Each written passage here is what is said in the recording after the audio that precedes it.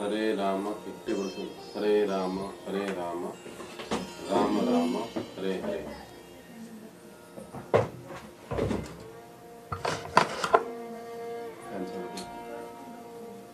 जय राधा माधव कुंज बिहारी,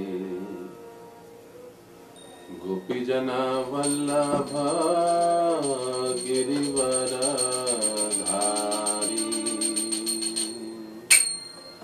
जय राधा माधव कुंज बिहारी, गोपीजन वल्लभ गिरिवर धारी।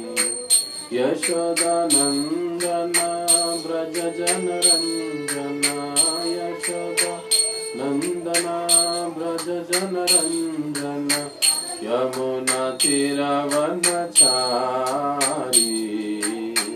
यमुना तीरवनचारी। जय राधा माधव कुंज बिहारी, गोपीजन वल्लभ गिरिवर धारी। यशोदानंदन ब्रज जन रंजन, यशोदानंदन ब्रज जन रंजन। यमुना तीरवनचारी, यमुना तीरवनचारी। जय राधा माधव कुंज बिहारी, गोपीजन वल्लभ गिरिवर धारी। यशोदानंदन ब्रज जन रंजन, यशोदानंदन ब्रज जन रंजन। यमुना तीरवनचारी,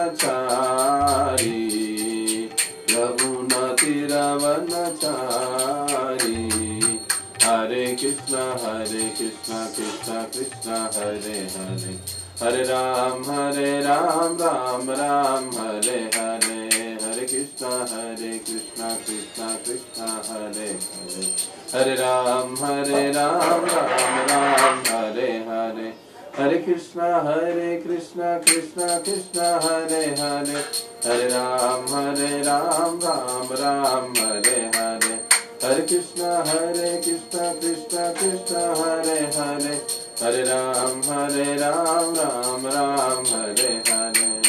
जय राधा कुंज बिहारी, राधा कुंज बिहारी राधे। जय गौरनिताय गौरनिताय गौरनिताय, जय गौरनिताय। जय जय प्रभुपाद प्रभुपाद प्रभुपाद, जय श्रील प्रभुपाद। जय जय गुरुदेव गुरुदेव गुरुदेव, जय श्रील गुरुदेव। बोलो कलियुग पावन से हरि नाम संकीर्तन की जय। श्री श्री राधा कुंज बिहारी भगवान की जय। श्री श्री निताय गौर सुंदर भगवान की जय। जगत गुरु श्रील प्रभुपाद की जय। ओम अज्ञानतिमिरन्धस्य ज्ञानाञ्जनशलाकया चक्षुरुन्मिलितं येन तस्मै श्रीगुरवे नमः। श्रीचैतन्यमनोभीष्टं स्थापितं येन भूतले स्वयं रूप कदा मह्यं ददाति स्वपदान्तिकम्। वन्देऽहं श्रीगुरौ श्रीयुतापदकमलं श्रीगुरुन् वैष्णवांश्च। श्रीरूपं सागरजातं सहगना रघुनाथान्वितं तं सजीवं साद्वैतं सावधूतं परिजनसहितं कृष्णचैतन्यदेवं। श्रीराधा कृष्णपादान् सहगना ललिता श्रीविशाखान्वितांश्च। नमः ॐ विष्णुपादाय कृष्णपृष्ठाय भूतले श्रीमते भक्तिवेदांत स्वामी इति नामिने। नमस्ते सारस्वते देवे गौरवाणी प्रचारिणे, निर्विशेष शून्यवादी पाश्चात्य देशतारिणे। श्री अद्वैत हरे कृष्ण कृष्ण कृष्ण हरे हरे, हरे राम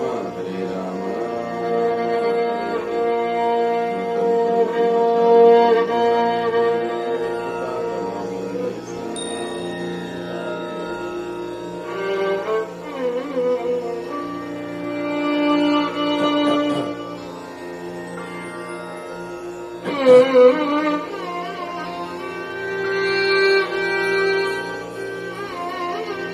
कृष्ण। आज के इस सत्संग में आप सभी को स्वागत है। आज से हम विशेष रूप से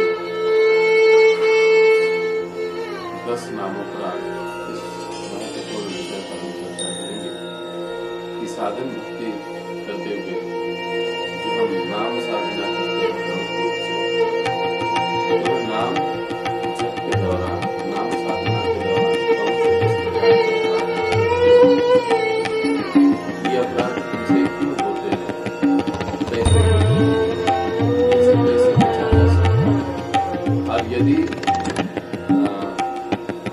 गलती से अगर किसी से अपराध हो जाए उससे क्या मार्ग, क्या उपाय, इस विषय पर हम पूरे 5 वैसे हम सभी वक्त ये जो 10 नाम अपराध हर रोज सुबह मंगला करते हैं और हम सभी को वैसे ही मुंह ज़बानी याद है, लेकिन क्योंकि फिर हमारे स्वभाव जीवन प्रगति के लिए ये विषय बड़ा महत्वपूर्ण है, इसलिए इसको समझना और इसको समझकर इसके जो भी इसके लिए जो भी आवश्यक है, इससे बचने के लिए वो सारी बातों का पालन करना ये बड़ा महत्वपूर्ण है।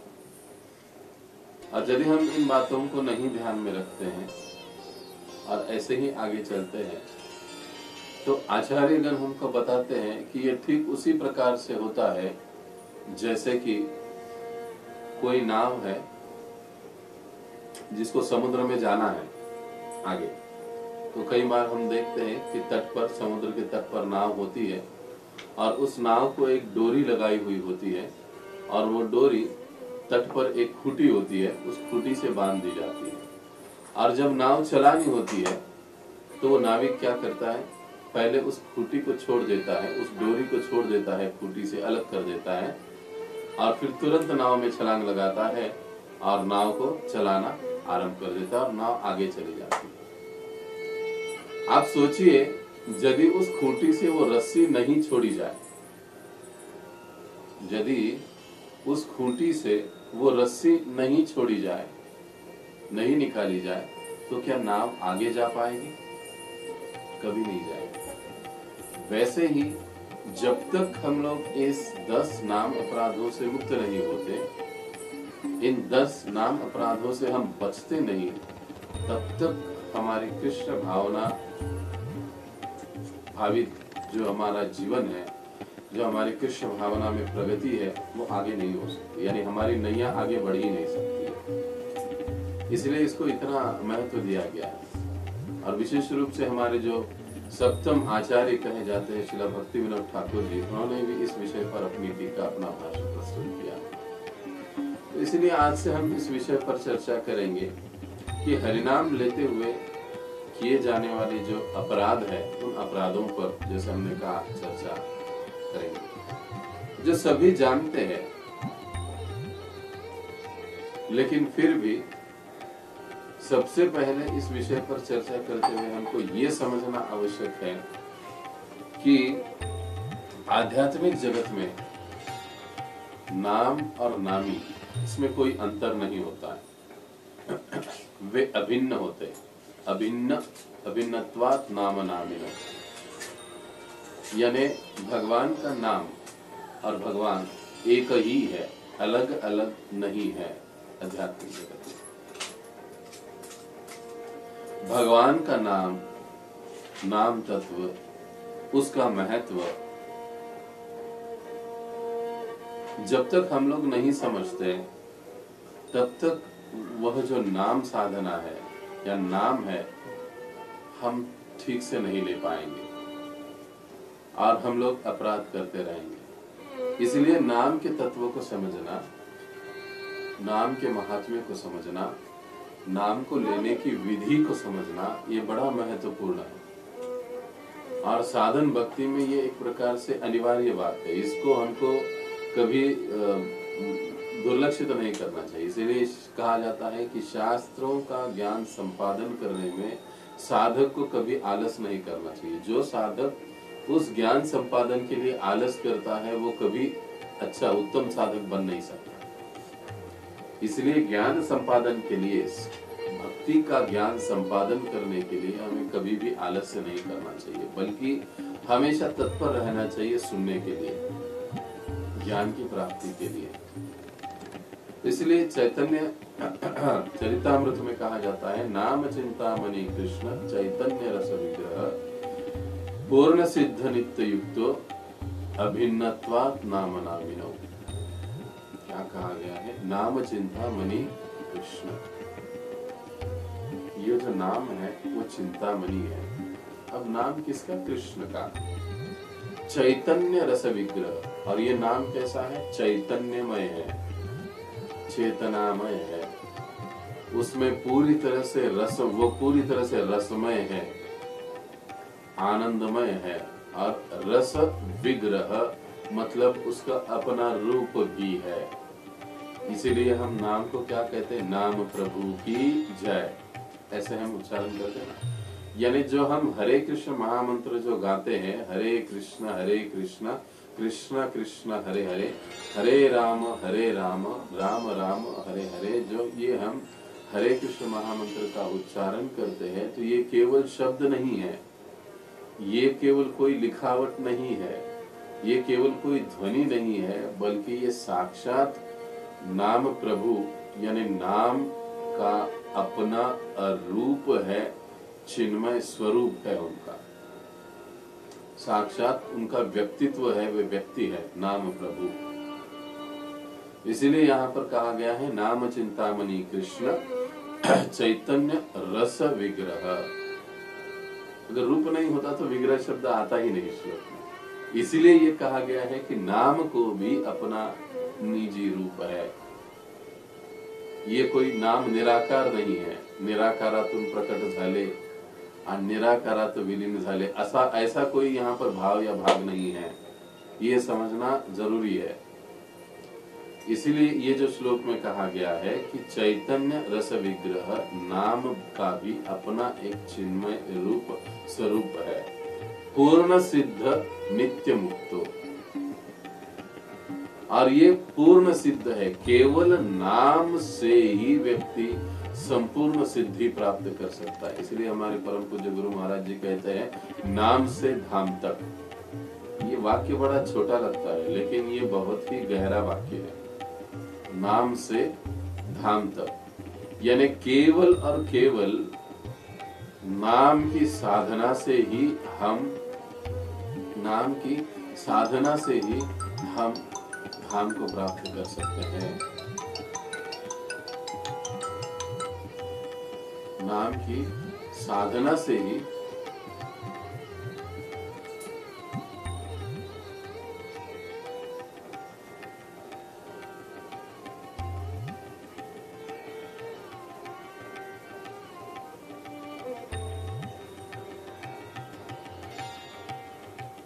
माझा जर आवाज येत नसेल तर कृपा करून केशव प्रभूजींना संपर्क करा, कारण मी इकडनं काहीच करू शकत नाही।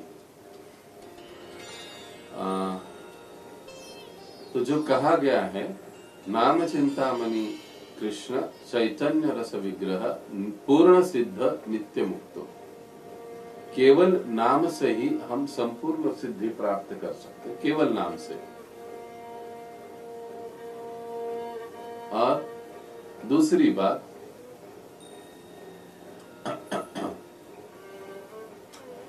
नित्य मुक्तो, नाम की साधना करने से, नाम लेने मात्र से जीव या व्यक्ति या वह साधक पूर्णतया नित्य मुक्त हो सकता है, हर हमेशा के लिए।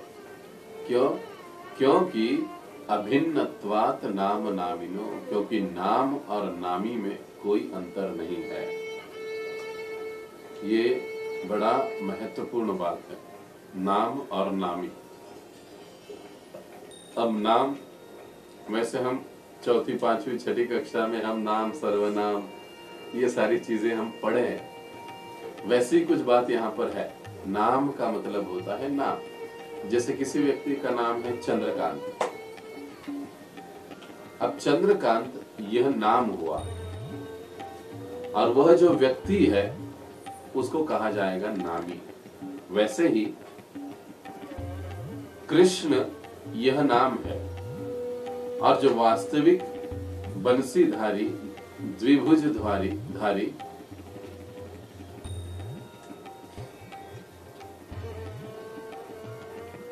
जो कृष्ण है वे है नामी।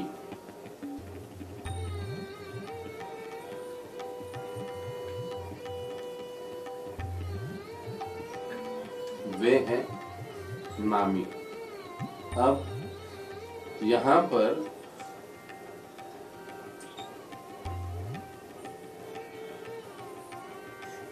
हरे कृष्णा कृष्णा कृष्णा हरे हरे, हरे राम राम राम हरे हरे, हरे कृष्णा कृष्णा कृष्णा हरे हरे, हरे राम राम राम हरे हरे, हरे कृष्णा कृष्णा कृष्णा हरे हरे, हरे राम राम राम हरे हरे, हरे कृष्णा कृष्णा कृष्णा हरे हरे, हरे राम राम राम हरे हरे, हरे कृष्णा कृष्णा कृष्णा हरे हरे, हरे राम राम राम हरे हरे।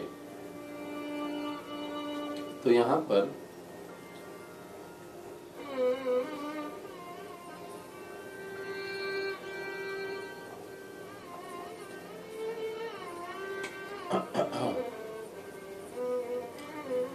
हरे कृष्णा कृष्णा कृष्णा हरे हरे, हरे राम राम राम हरे हरे, हरि हरि हरे कृष्णा। आवाज आ रहा है अभी सभी को? हरे कृष्णा कृष्णा कृष्णा हरे हरे, हरे राम राम राम हरे हरे। आवाज आ रहा है सभी को?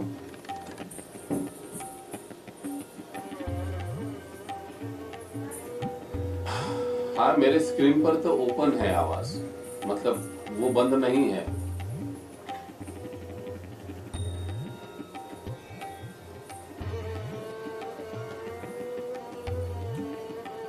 तो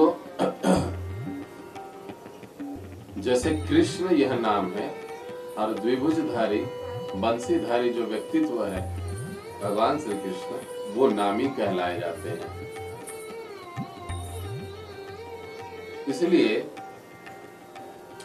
नाम और नामी ऐसे ये दो भाग होते हैं। लेकिन भौतिक जगत में हम देखते हैं कि नाम और नामी अलग होता है। यानी जैसे अगर मान लीजिए हम कह रहे थे चंद्रकांत, यह एक नाम है और इस नाम का कोई एक व्यक्ति है, लेकिन अगर अभी वो व्यक्ति मेरे समक्ष नहीं है, बहुत कहीं दूर है, ऐसी स्थिति में मैं केवल चंद्रकांत चंद्रकांत चंद्रकांत चंद्रकांत कहता रहूं, करता रहूं, तो क्या होगा? क्या वो व्यक्ति मेरे सामने आ जाएगा? नहीं आ जाएगा, क्योंकि नाम और नामी ये दोनों अलग अलग है, अंतर है इसमें। लेकिन भगवान श्री कृष्ण और उनका नाम ऐसे अलग अलग नहीं है। जैसे और एक सीधे उदाहरण से हम समझते हैं, भौतिक जगत में पानी, हम पानी कहते हैं। अब जो पानी है यह एक नाम है और वस्तुतः पानी यह एक तरल पदार्थ है जिसको पानी कहा जाता है। यानी वह पदार्थ और नाम ये दो अलग चीजें हैं।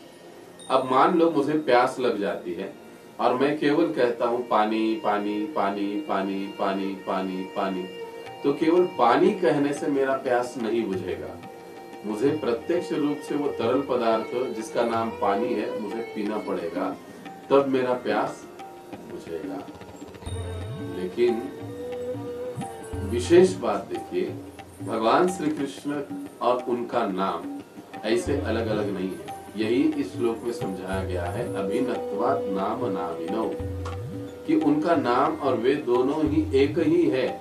जब मैं कृष्ण कहता हूं तो कृष्ण मेरे पास ही है, मेरे समक्ष ही है। हाँ, आज के दौर में, आज की स्थिति में उनको देखने की मैंने अपनी क्षमता पूरी तरह से विकसित नहीं की है, लेकिन वो नाम के रूप में नित्य रूप से मेरे पास विद्यमान है। नहीं तो देखिए, शास्त्रों में कई सारे उदाहरण आते हैं। द्रौपदी मैया कहाँ पर थी? माता द्रौपदी राजसभा में थी, भगवान श्री कृष्ण द्वारिका में थे। वहां पर द्रौपदी पर संकट आया था, उनका चीर हरण हो रहा था। वहां पर भगवान का नाम उन्होंने लिया, हे गोविंद मेरी रक्षा करो, गोविंद गोविंद कहकर वो पुकारने लगी, और भगवान तुरंत प्रकट होकर उन्हें बहुत बड़ी साड़ी का सप्लाई कर दिया। कैसे आ गए भगवान? हस्तिनापुर कहाँ, द्वारिका कहाँ, लेकिन उन्होंने भगवान का नाम पुकारा और भगवान प्रकट हो गए। इसका मतलब क्या है? इसका मतलब ये कि भगवान का नाम और भगवान, इसमें कोई अंतर नहीं। अगर कोई साधक पूरी श्रद्धा के साथ, पूरी निष्ठा के साथ, पूरी प्रामाणिकता के साथ, पूरे गंभीरता के साथ भगवान का नाम लेता है तो भगवान उसके लिए अवश्यम भावी प्रकट हो जाते हैं या हो सकते हैं, इसमें कोई दो राय नहीं है। समस्या हमारी पात्रता में होती है, लेकिन हम उसके बारे में नहीं सोचते। हम कहते हैं भगवान दिखाओ, नाम के प्रभाव को दिखाओ। अरे भैया, ले लो तो सही पहले उसे, फिर प्रभाव देख पाओगे आप। पहले उसे ग्रहण करो, पहले उसकी साधना करो, पहले उसको शरण तो जाओ, फिर देखो परिणाम दिखेगा। गजेंद्र को देखिए, गजेंद्र कहाँ पर थे? पृथ्वी पर मगरमच्छ से पानी में लड़ रहे थे। भगवान कहाँ पर थे? वैकुंठ में। लेकिन गजेंद्र ने, वो तो पशु था, केवल उस सरोवर के कमल को उठाया और ऊपर की ओर दिखाया, हे भगवान, आप जो कोई भी हो कृपा कर मेरी रक्षा कीजिए। उस पुकार में सच्चाई थी, उस पुकार में श्रद्धा थी, उस पुकार में निर्मलता थी। भगवान अपने गरुड़ वाहन पर दौड़े दौड़े आए और उस गजेंद्र को बचा लिया। कैसे संभव हुआ? यदि नाम और नामी अलग होते तो ये संभव ही नहीं होता। इसीलिए कहा जाता है आध्यात्मिक जगत में भगवान का नाम और भगवान, इसमें कोई अंतर नहीं होता है। और वही नाम जब हम इस भौतिक जगत में भी लेते हैं तब भी भगवान और भगवान के नाम में कोई अंतर नहीं है। इसलिए प्रभुपाद जी कहा करते थे कि जब हम हरे कृष्ण महामंत्र का जाप करते हैं तो इसका मतलब है कि कृष्ण हमारी जिह्वा पर नृत्य करते हैं। तो फिर प्रभु जी हमको क्यों अनुभूति नहीं होती है? क्योंकि हमारी इंद्रियां अभी बद्ध है, अशुद्ध है, इसलिए हम उसका अनुभूति नहीं कर पाते। ठीक वैसे ही जैसे पीलिया का मरीज गन्ने के रस को कड़वा महसूस करता है, वैसी हमारी स्थिति होती है। तो जब तक इंद्रियां हमारी शुद्ध नहीं होती तब तक नाम भगवान का, भगवान की लीलाएं, भगवान का रूप, भगवान के गुण, भगवान का धाम, इनको समझना कदापि संभव नहीं है।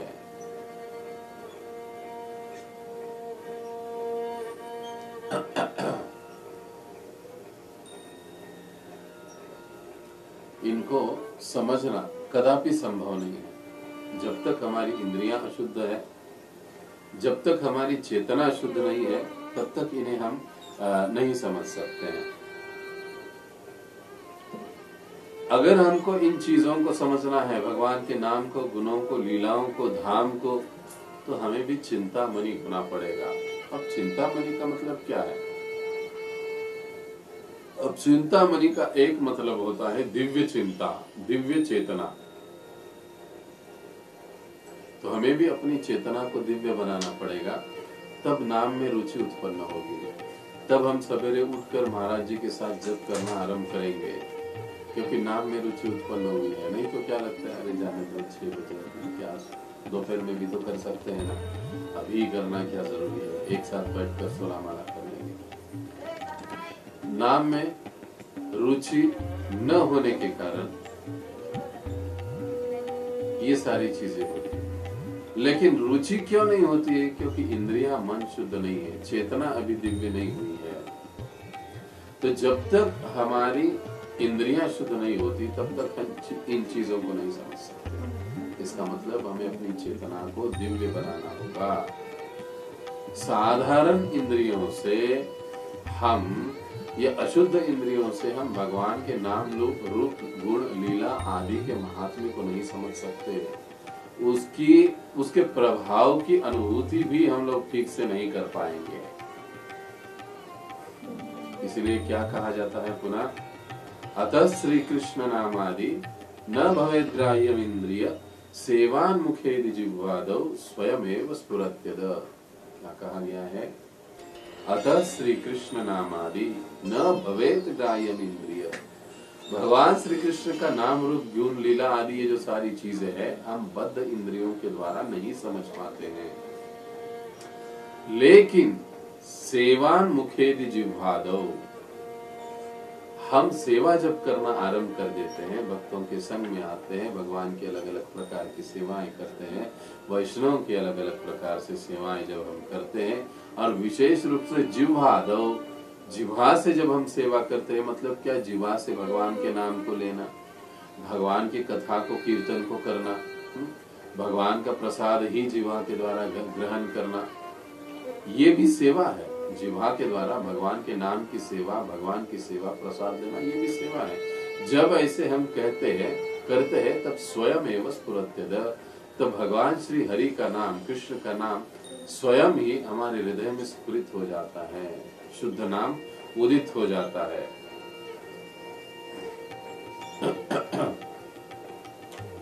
तो नाम लेना, इसका मतलब क्या है?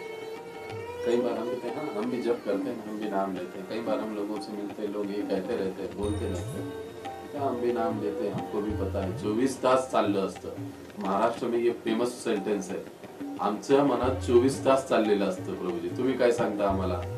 24 तास आमच्या मनामध्ये चाललेलं असतं। अरे बाबा 24 तास चाललं असतं तर तू इथं राहिलाच नसतास, सरळ तुला वैकुंठातून भगवंतांनी विमान पाठवलं असतं, तू वैकुंठात गेला असता।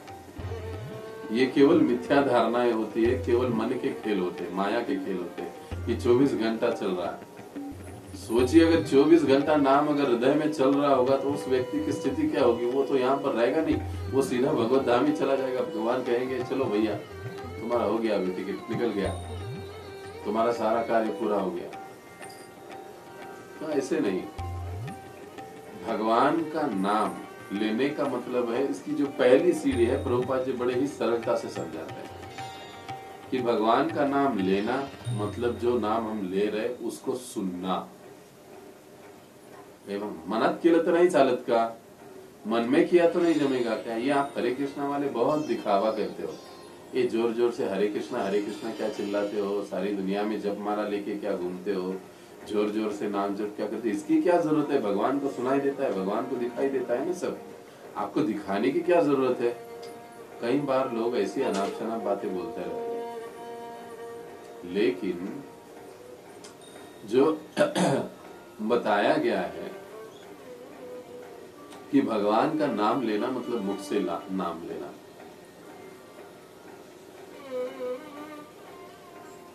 वदने हरि नाम करो रे, भक्ति विनोद ठाकुर कहते हैं, वदने हरि नाम करो रे। वदने, वदन मतलब मुख, मुख से हरि नाम लो।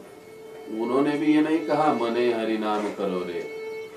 आता तुकाराम महाराज म्हणाले, तुकाराम महाराज जी ने कहा, ज्ञानेश्वर महाराज जी ने कहा, मुखे हरि नाम घेता जळतील पापे सारी। मुखे हरि मना पुण्याची गणना को न करी। क्यों? उन्हें मन शब्द पता नहीं था क्या? वो कह सकते थे मने हरि मना पुण्याची गणना को न करी, मने हरि नाम घेता जळतील पापे सारी, वो कह सकते थे ना। लेकिन शब्द का जो प्रयोग हुआ है, इसीलिए इसी को कहा जाता है एज इट इज, जशी आहे तशी। जे शास्त्र आणि साधु आपल्याला सांगतात, जो शास्त्र और साधु हमें समझाते हैं, बताते हैं, उसको एज इट इज, जैसे बताया है वैसे ग्रहण करना, ये सबसे महत्वपूर्ण बात है। और इसीलिए जब वो कहते हैं मुखे हरि मना, मुखे हरि नाम करो रे, वदने हरि नाम करो रे, तो इसका मतलब है मुख से नाम लेना जरूरी है, मतलब जिह्वा का प्रयोग होना चाहिए। मन का सवाल ही पैदा नहीं हो रहा है अब यहाँ पर। हाँ, अब कोई साधक भक्त ये प्रश्न कर सकते हैं, प्रभु जी शास्त्रों में ऐसी भी बात कहा गया है कि मानसिक जप जो है सर्वश्रेष्ठ कहा जाए। बिल्कुल सही बात है, लेकिन ये मानसिक जप कब? एक विशिष्ट समय के पश्चात। लेकिन प्रारंभिक अवस्था में, आज की स्थिति में नव भक्त के लिए इस प्रकार से ही नाम साधना आवश्यक है कि जो वो उच्चारण कर रहा है, नाम जप कर रहा है, वो स्वयं भी उसको ध्यान पूर्वक सुने, एक एक अक्षर को, एक एक शब्द को वो ठीक से सुने, तब उसको नाम जप से उसका जो उन्नति है वो वेगवान तरीके से हो। ये आरंभिक आवश्यक है। और जब साधक आध्यात्मिक पथ में काफी आगे बढ़ जाता है, स्थित हो जाता है, निष्ठा तक पहुंच जाता है, तब वहां पर यह कहा जा सकता है कि हाँ, अब मानसिक जप हो जाएगा। लेकिन इसका निर्धारण हम नहीं करते, ये सारी चीजें अपने आप घटते जाती है, साधन भक्ति में परिवर्तन होता जाता है। लेकिन प्रारंभिक जो है, हमें नाम लेने का मतलब है उच्चारण करना और कानों से सुनना, क्योंकि वर्तमान स्थिति में हमारी इंद्रियां बद्ध है। जब इन नामों का हम कानों से सुनते हैं और कानों के माध्यम से जब ये नाम हमारे हृदय में प्रवेशित हो जाता है, तब हमारा हृदय की स्वच्छता वहां पर आरंभ हो जाती है। और जैसे जैसे हृदय शुद्ध होता है, मन शुद्ध होता है, वैसे वैसे इंद्रियां भी जो है हमारी, वो शुद्ध होने लगती है। फिर इस भौतिक जो इंद्रियां हैं, जो भौतिक ये जो इंद्रियां हैं, इनको जब हम सेवान्मुखेदी सेवा में लगाते हैं, भगवत सेवा में, अपने पैरों को भगवान के मंदिर तक चलने में उपयोग में लाते हैं, अपने हाथों से भगवान को प्रसाद बनाते हैं, भगवान के मंदिर का मार्जन करते हैं, कानों से हरि कथा सुनते हैं, आंखों से भगवान का दर्शन करते हैं, जिह्वा से भगवान की वाणी बोलते हैं, प्रसाद देते हैं। इस प्रकार से जब इंद्रियों को हम भगवान की सेवा में लगा देते हैं, तो आहिस्ता आहिस्ता वे इंद्रियां भी शुद्ध हो जाती है। और फिर ऐसे शुद्ध मन और इंद्रियों के द्वारा हम भगवान के नाम को, लीलाओं को, गुण को, धाम को समझने के काबिल या योग्य बन जाते हैं। लेकिन अभी की क्या स्थिति है? अभी की स्थिति ये है कि हम, प्रश्न आ सकता है ना, कि फिर अभी जो हम लोग नाम ले रहे हैं वो क्या असली नाम नहीं है, वो नकली नाम ले रहे हैं? क्योंकि अभी तो हमें काम, क्रोध, लोभ, ये सारी चीजें तो कूट कूट कर भरी पड़ी है। तो फिर अभी जो हम लोग नाम ले रहे हैं वो क्या चल रहा है? तो कई बार ऐसे कहा जाता है कि वैसे देखा जाए तो ये नाम नकली नाम चल रहा है। जैसे बच्चों की बंदूक होती है ना, अभी दिवाली हुई, कई सारे माता पिताओं ने अपने बच्चों को बंदूक लेकर दिया होगा। कैसे होता है ना, बंदूक दिखने के लिए असली दिखाई देती है, उसमें से आवाज भी असली आता है, कई बार धड़ाम ऐसे जोर से आवाज आ जाता है, तो ऐसे लगता है ओरिजिनल चला है गोली, लेकिन वो गोली ओरिजिनल नहीं चला है, वो नकली बंदूक है, नकली गोली है, और आवाज भी नकली है, लेकिन लगता असली जैसा, ओरिजिनल है। ठीक ऐसे ही वर्तमान स्थिति में हम ग्राह्य इंद्रियों के द्वारा, बद्ध इंद्रियों के द्वारा जो नाम ले रहे हैं, तो वो हम शुद्ध नाम नहीं ले पाते हैं।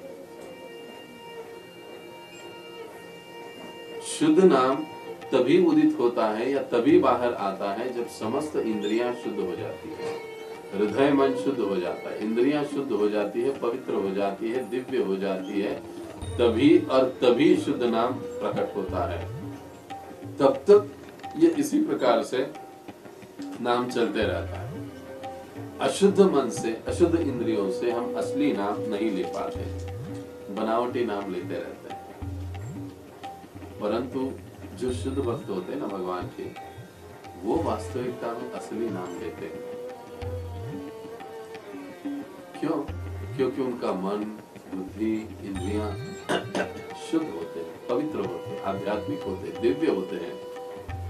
इसी के कारण वो शुद्ध नाम ले पाते हैं। नाम के प्रति उनमें इतना प्रचंड आसक्ति होती है, गाढ़ आसक्ति होती है नाम की। क्यों? क्योंकि उनकी इंद्रियां शुद्ध है। और यही कारण है कि शास्त्रों में हम देखते हैं कि नाम जप के 3 स्तर बताए गए हैं। कौन से सबसे पहला जो स्तर बताया जाता है नाम जप का, वो है अपराध युक्त नाम। अपराध युक्त नाम का मतलब क्या? नाम जप करते करते हम कई सारे अपराध करते हैं, गलतियां करते हैं, कई चीजें जानबूझकर होती है, कई गलती से हो जाती है। हाँ, लेकिन यहाँ पर अंतर है। जानबूझकर करना, प्री प्लानिंग के साथ कोई काम करना, गलत काम करना, इसे गुनाह कहा जाता है और उसकी सजा होती है। और जब कई बार गलती हमसे हो जाती है, गलती से गलती हो जाती है कि मन में ध्यान में कुछ नहीं है, लेकिन अब गलती हो गई तो हो गई, तो वो गलती है। वो शास्त्र कहते हैं क्षमा के पात्र में है और उसे भगवान क्षमा भी कर देते हैं। लेकिन जब गुनाह होता है तब यहाँ पर बड़ी कठिनाई आती है। अब जो नवसिखिया साधक होते हैं, हम जैसे जो नाम जप करते हैं, तो नाम जप करते समय कई सारी गलतियां करते हैं, अपराध करते हैं ध्यान पूर्वक नाम। ये तो हमारा मराठीत आपण म्हणतो ना, हा अपराध तर पाचवीला पुजलेला आहे की ध्यान पूर्वक जप न करणं. कुठेतरी बघत, कुठेतरी ध्यान देत, कुठेतरी काहीतरी करत आपली नाम साधना चालू असते. और फिर ये तो 11वां अपराध है और 1 से लेकर 10 तक तो फिर अलग अपराध है ही, वो तो चलते ही रहते हैं. तो ऐसे जो नवसिखिया जो भक्त होते हैं, साधक होते हैं हम जैसे, वो इस प्रकार के अपराध करते हुए नाम जप या नाम साधना करते हैं. इसको कहा जाता है अपराध युक्त नाम. अब आप कहोगे प्रभु जी ऐसे कैसे, नए लोग एकदम शुद्ध नाम कैसे ले सकते हैं? ये संभव भी नहीं है ना. बिल्कुल सही बात है कि इस नवसिखी अवस्था में कुछ किया भी नहीं जा सकता है. तो क्या किया जा सकता है?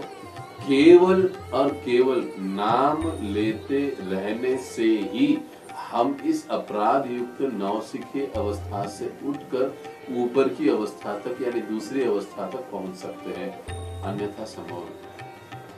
अगर हम नाम जप में भी ब्रेकिंग डाल रहे हैं, आज किया कल नहीं किया, परसों किया 2 दिन नहीं किया, आज 16 किया कल 8 किया, आज 5 किया कल 10 किया, अगर ऐसी तरह से अगर हमारी नाम साधना अगर चल रही है, तो फिर हम उस दूसरे स्तर पर यानी अपराध जो नाम जप का स्तर है, पहला स्तर है अपराध युक्त नाम. अब दूसरा स्तर जो है वो नामाभास, अपराध मुक्त नाम. इस दूसरे स्तर पर आने के लिए हमें काफी संघर्ष करना पड़ेगा और काफी समय लगेगा. इसीलिए हर साधक को अपने आप तय करना है कि मुझे कितने समय में दूसरे लेवल तक पहुंचना है. उसको जितने जल्दी पहुंचना होगा उतना जल्दी उसको 16 माला जब ठीक से ध्यान पूर्वक अपराधों से बचते हुए करना पड़ेगा, गलतियों से बचते हुए करना पड़ेगा. तो वो उतने जल्दी उस अपराध मुक्त स्टेप तक पहुंचेगा. अगर वो ये नहीं करता है, जब में ढिलाई बरतता है, ठीक से नहीं करता है, गलतियां करता है, कभी गुनाह भी करता है, तो फिर वो दूसरे स्तर पर नहीं पहुंचेगा, अपराध मुक्त के स्तर पर नहीं पहुंच पाएगा. तो ये जो पहला जो नवसिखिया अवस्था है, ये प्राय अपराध युक्त अवस्था होती है. इसमें अपराध होते रहते हैं.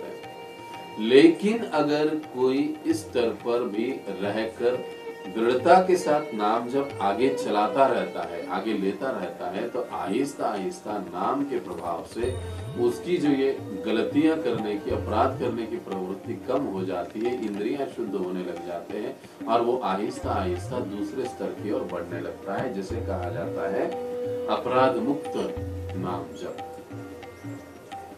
अब इसमें अपराध नहीं होते हैं और फिर इसको नामाभास स्तर भी कहा जाता है. नाम आभास.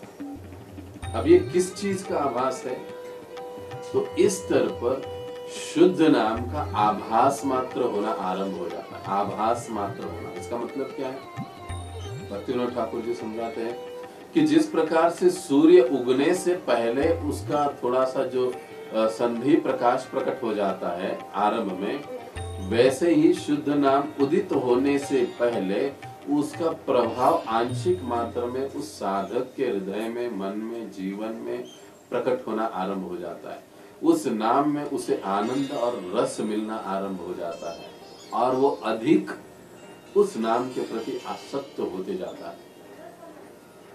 जैसे ही नाम सुनता है पागलों की तरह नाचता है, दौड़ता है, आंखों से पानी झरने लगता है, अंगों में कंपन आने लगता है। ये सारी अवस्था होती क्यों? क्योंकि शुद्ध नाम उदित होने की पहले की ये थोड़े कुछ लक्षण है। ये बहुत गहरा विषय है, इस पर हम पुनः कभी विस्तार से चर्चा कर सकते हैं, लेकिन ये दूसरा स्तर है। इसलिए प्रभुपाद जी कहते थे कि हर साधक को नवसिखीय अवस्था से जितने जल्दी हो सके उतने जल्दी उठकर इस दूसरे स्तर तक पहुंचना चाहिए, उसको निष्ठावान बनने की कोशिश करनी चाहिए। अगर वो ऐसा नहीं करेगा तो फिर वो पहली कक्षा में रह रह के बोर हो जाएगा, फिर कहेगा कुछ मजा ही नहीं आता है, छोड़ दो, जाने दो। ऐसे होता है ना। एक बच्चा जब 5वीं कक्षा में एक बार फेल होता है, 2 बार फेल होता है, 3 बार फेल होता है, तो बाद में ऐसे देखा जाता है वो स्कूल ही छोड़ देता है। क्यों? क्योंकि वो बोर हो जाता है ना। एक ही कक्षा में कितनी बार पढ़ेगा। वैसे ही है। इसीलिए आध्यात्मिक जीवन में अगर हमको प्रगति करना है तो हमको ऐसे उच्च स्तरीय भक्तों के नजदीक जाने की कोशिश करनी चाहिए, ऐसे उच्च स्तरीय भक्तों से हमको मार्गदर्शन लेने की कोशिश करनी चाहिए कि जो वाकई में उस स्तर तक पहुंचने का गंभीर प्रयास कर रहे हैं या पहुंच चुके हैं। तब हम भी उसी वेग के साथ चल पाएंगे। ये बहुत जरूरी है। तो ये दूसरा स्तर अपराध मुक्त, और इसमें शुद्ध नाम का आभास होने लगता है। और अब जो तीसरा स्तर है इसके बाद आता है वो है शुद्ध नाम। और जैसे जैसे समय बीतता है तो उस साधक के हृदय में शुद्ध नाम स्फुरित हो जाता है। तो ये 3 स्तर है नाम जप के। तब हम लोग सोच सकते हैं कि हमारा जो जप है वो कौन से स्तर पर है और हमको कितनी दौड़ लगानी है, ये हम अपने आप तय कर सकते हैं। ये आपको कोई नहीं बता सकता। ज्यादा से ज्यादा आपके कोई शिक्षा गुरु है, कोई काउंसलर है, वो आपको गाइड करेंगे। कभी कभी कठोरता से गाइड करेंगे, अरे आप ठीक से जप नहीं कर रहे हो, आप हरे छोड़ रहे हो, कृष्ण नहीं बोल रहे हो, आप राम को खा रहे हो, आप ऐसे करते हो। तो कभी कभी हमको गुस्सा लगता है, अरे क्या प्रोसेस करते हैं बार बार। नहीं, ये उनका कार्य है, इसलिए वो इस प्रकार से बता रहे हैं आपको।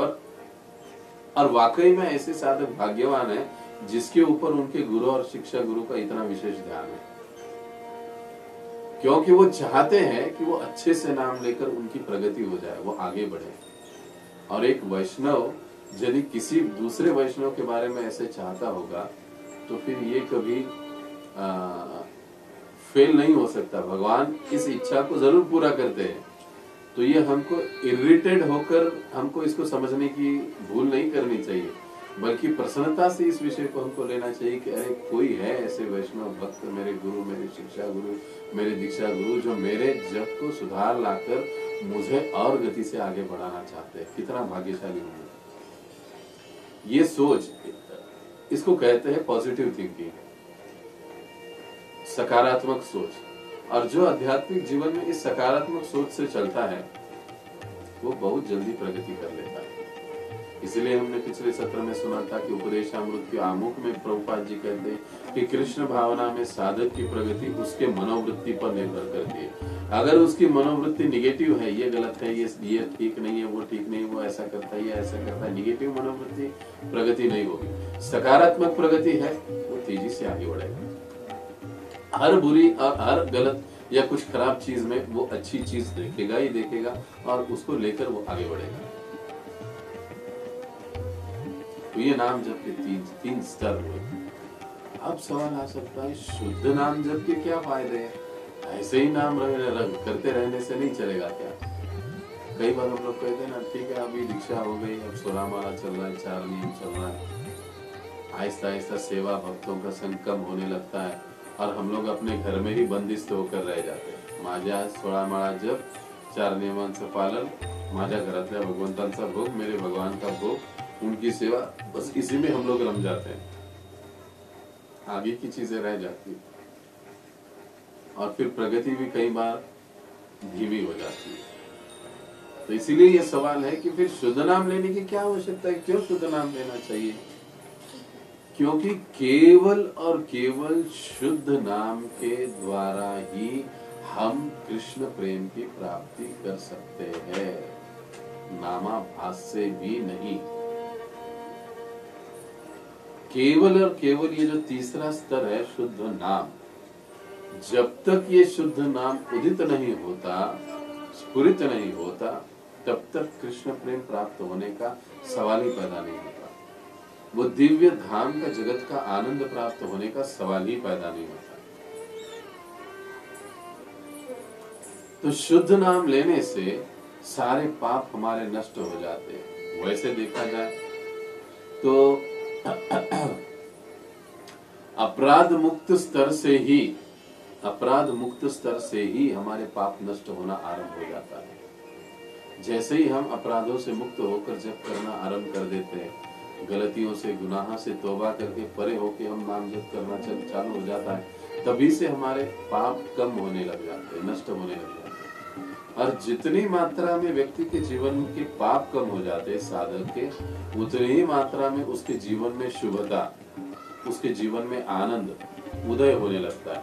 10% पाप जल गए तो 10% उसको आनंद भी मिलेगा और उसके जीवन में शुभता भी आएगी। कई बार ये होता है ना, भक्तों के जीवन में भी कई बार बहुत सारी कठिनाइयां होती है, बहुत परेशानियां आती है, कई सारी गलतियां करते हैं, सारी चीजें होती रहती है। इसका कारण क्या है? ये जो नाम जप है, ये नाम जप ठीक से नहीं चल रहा है, ठीक से नहीं हो रहा है।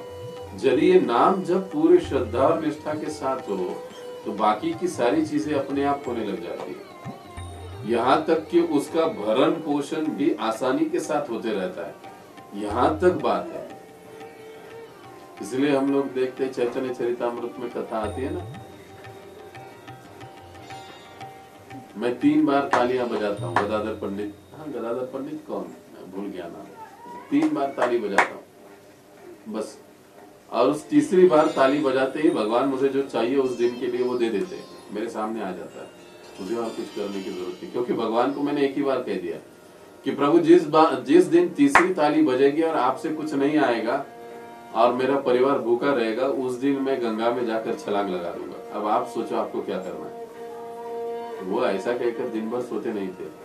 उनको वो भी भगवान का नाम लेते थे और उनकी सेवा करते थे भगवान की।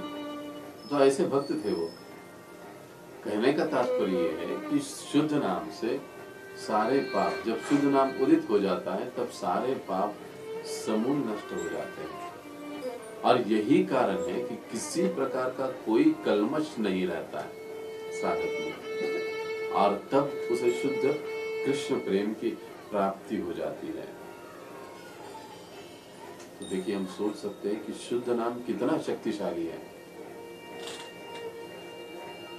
केवल नामाभास से भी पाप नष्ट हो जाते हैं। अजामिल का उदाहरण देखिए, अजामिल ने तो नामाभास ही लिया था, वो शुद्ध नाम नहीं था, वो अपराध मुक्त नाम था। शुद्ध नाम लेता तो सीधा वैकुंठ में चला जाता ना, लेकिन नहीं ऐसे हुआ। इसलिए आचार्य बताते हैं कि अजामिल की कथा दिखाती है कि अपराध मुक्त नाम और शुद्ध नाम में भी क्या अंतर है। अपराध मुक्त नाम से उसे दूसरा मौका मिल गया। वो अपराध मुक्त नाम लेने से विष्णुदूत वहां पर प्रकट हो गए, नामाभास, और यमदूतों से बच गया। 12 साल का जीवन मिल गया, हर की पौड़ी में चला गया, तपस्या कर ली, वहां पर साधना कर ली, और फिर देखा कि अब अंतिम समय में उम्र के 80-82 में वही 4 विष्णुदूत विमान लेकर उनके पास आए हैं और उनको लेकर जा रहे हैं वैकुंठ में। शुद्ध नाम का ये प्रभाव।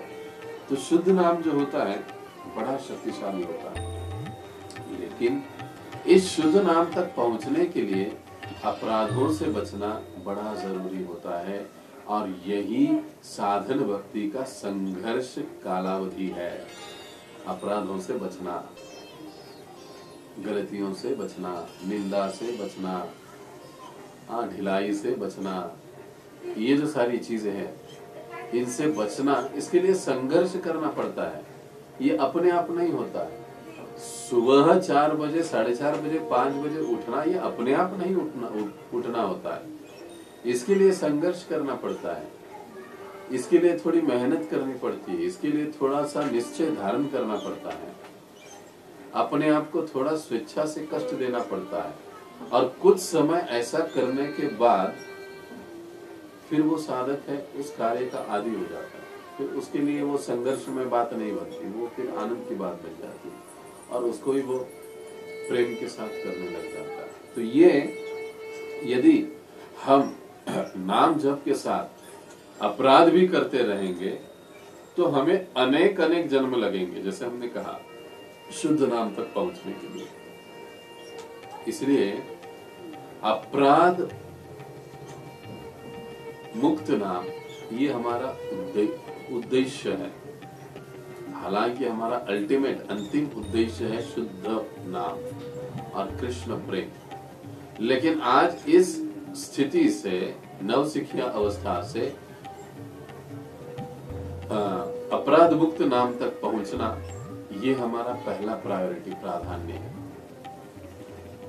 और अगर हम ये नहीं करते हैं, नाम जप करते हुए अगर हम लोग अपराध करते रहते हैं, गलतियां करते रहते हैं, तो सारे जो अनर्थ है हमें वापस पुनः आने लगते हैं।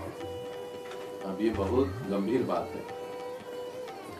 भले ही हमारी दीक्षा हुई क्यों ना हो, अगर नाम जप के प्रति हम लोग सजग नहीं है, नाम साधना अगर हम लोग ठीक से नहीं कर रहे, तो जो पहले हमारे अनर्थ थे वो सारे अनर्थ वापस आहिस्ता आहिस्ता आहिस्ता आहिस्ता प्रकट हो जाते, आ जाते कुछ ऐसे। कैसे? जैसे हम 4 नियमों का पालन करते, आहिस्ता आहिस्ता नियमों के प्रति लापरवाही चालू हो जाती है, क्रोध आने लगता है, द्वेष आने लगता है, आदि सारी चीजें आने लगती है। जीव गोस्वामी तो बहुत बढ़िया समझाते हैं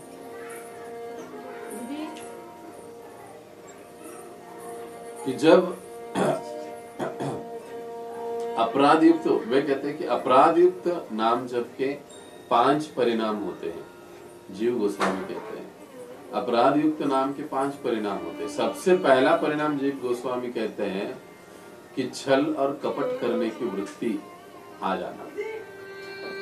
व्यक्ति छल और कपट करना आरंभ कर देता है, झूठ बोलना, यहाँ वहां की बनवा बनवी, मराठीत आपण म्हणतो ना बनवा बनवी करणे, खोटं बोलणे, काहीतरी अनाप शनाप कार्य करने, पर मग ऐसे काम करके फिर उसके ऊपर पर्दा गिरा देना, कुछ तो झूठ मूठ बोल देना, एक झूठ के लिए दूसरा झूठ बोलना।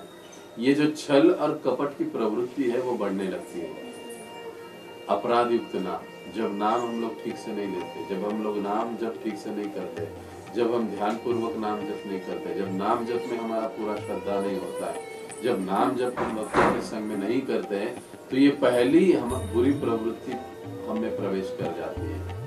पहले से होती है, पुनः और जोरों से आ जाती है, छल और कपट करना। और जब साधक ऐसा छल और कपट करने लगता है तो उसका अंत फिर दुर्योधन जैसे हो जाता है। दुर्योधन अपनी पूरे जीवन में छल और कपट करता रहा। उसने छल और कपट के साथ ही भगवान की सेवा करने का प्रयास किया।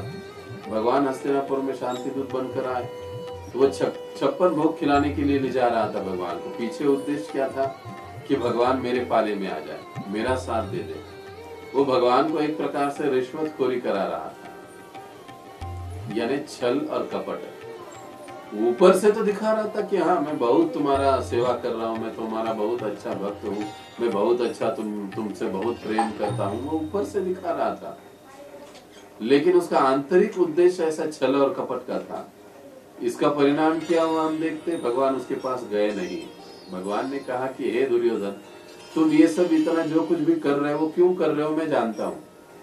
भगवान से कोई बात छिपी नहीं है। कोई भी साधक जीवन में ये नहीं सोच सकता है कि भगवान मेरी बातों को नहीं देख रहे। जो भी साधन भक्ति में लगा है और जिसने भी गुरु को वचन देकर साधन भक्ति आरंभ की है, नाम जप आरंभ किया है, उसको हर समय भगवान और गुरु देख रहे हैं। ये समझना बहुत महत्वपूर्ण बात है। हमको कितना भी लगे अरे हमको कोई बंद कमरे में कोई नहीं देख रहा है, नहीं, लेकिन देख रहे, हमेशा देख रहे। भगवान दुर्योधन के पास नहीं गए, वो विदुर जी के पास चले गए। तात्पर्य क्या है, छल कपट करते हुए जगह अगर हम लोग ये भक्ति करने का ढोंग भी कर रहे हैं तो इससे हमको शुद्धता नहीं प्राप्त होगी। कृष्ण प्रेम या भगवत प्राप्ति हमको कभी नहीं हो सकती। उल्टा देखिए, कृष्ण, भगवान श्री कृष्ण और सुदामा जी ने सांदीपनि मुनि की सेवा कितनी निष्ठा, प्रेम और बगैर छल कपट के की, और उसका परिणाम क्या हुआ? सांदीपनि मुनि ने भगवान श्री कृष्ण को आशीर्वाद दिया कि तुम जो भी बोलोगे वो सत्य होगा। अब देखिए, हालांकि वो तो भगवान है, लेकिन फिर भी उन्होंने भगवान को इस प्रकार का आशीर्वाद दिया, और आशीर्वाद देकर उन्होंने कहा कि जितना सारा वेदों का ज्ञान है, उपनिषदों का ज्ञान है, तुम्हें कुछ एक ही क्षण में तुम्हारे हृदय में उदित हो जाएगा, मैं तुम्हें आशीर्वाद देता हूँ। ये होता है बगैर छल कपट किए सेवा का परिणाम। छल कपट के साथ जब सेवा होती है तो वो फलित नहीं होती, लेकिन बगैर निस्वार्थ भाव से और बगैर छल कपट के जब सेवा होती है तो वो सेवा फलित होती है, उसका फल प्राप्त होता है। इसलिए जीव गोस्वामी पाद कहते हैं कि जब हम अपराध युक्त नाम जप करते हैं तो उसका पहला परिणाम होता है कि साधक में छल और कपट करने की वृत्ति आ जाती है। एक दूसरी बात वो कहते हैं कि भक्ति में या भक्ति के विधि विधानों में आहिस्ता आहिस्ता उसमें अश्रद्धा उत्पन्न होने लगती है कि कौन किसमें जो नाम जप को अपराध युक्त नाम जप करता है, या जो नाम जप ठीक से नहीं करता है, नाम जप करते हुए ये 10 प्रकार के अपराध करता है, तो उसमें दूसरा दुर्गुण क्या प्रकट होने लगता है कि साधन भक्ति के जो विधि विधान है उसमें उसकी अरुचि या अविश्वास उत्पन्न होने लगता है, अश्रद्धा उत्पन्न होने लगती है। अरे ऐसे कैसे हो सकता है? केवल नाम लेने से ही भगवान के धाम की प्राप्ति होगी, साथ में कुछ और तो करना पड़ेगा ना। इस प्रकार का विश्वास उत्पन्न होता है। अरे केवल कृष्ण का पूजन करने से क्या होता है? थोड़ा कुल देवता को भी भजना पड़ेगा, थोड़ा इसके पास भी जाना पड़ेगा। कई बार होता है ऐसे, भक्त लोग भी ये सोचते, ये समझ रखते हैं। ये क्यों होता है? नाम जब ठीक नहीं होता है। अपराध युक्त नाम होने से नाम पर और भक्ति के विधि विधानों से श्रद्धा कम हो जाती है, या श्रद्धा बनती ही नहीं। जीव गोस्वामी कहते हैं दूसरा परिणाम। तीसरा परिणाम बताते हैं कि जब अपराध युक्त नाम होते रहता है तो जो भोग करने की प्रवृत्ति है वो बढ़ने लगती है या पुनः आ जाती है। प्रारंभ में हम कितने अच्छे भक्त होते हैं और बाद में हम थोड़ा सा फिसल जाते हैं, फिर थोड़ी ढिलाई आने लगती है। देखिए, हम अपने जीवन का अवलोकन करके इस बात को समझ सकते हैं। प्रारंभ में 16 माला जितनी तीव्रता से हम लोग कर रहे थे, क्या आज हम उतनी तीव्रता से 16 माला कर पाते हैं क्या?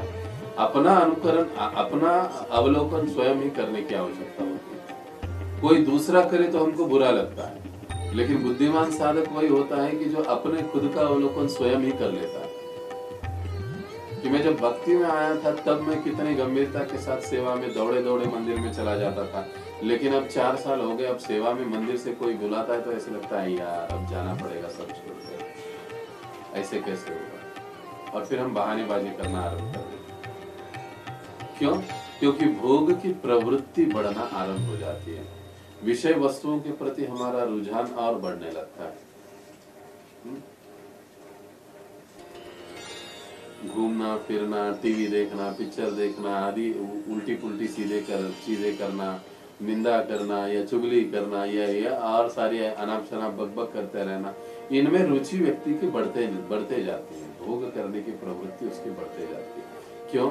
क्योंकि अपराध युक्त नाम करते हैं, नाम जब गंभीरता से नहीं करते।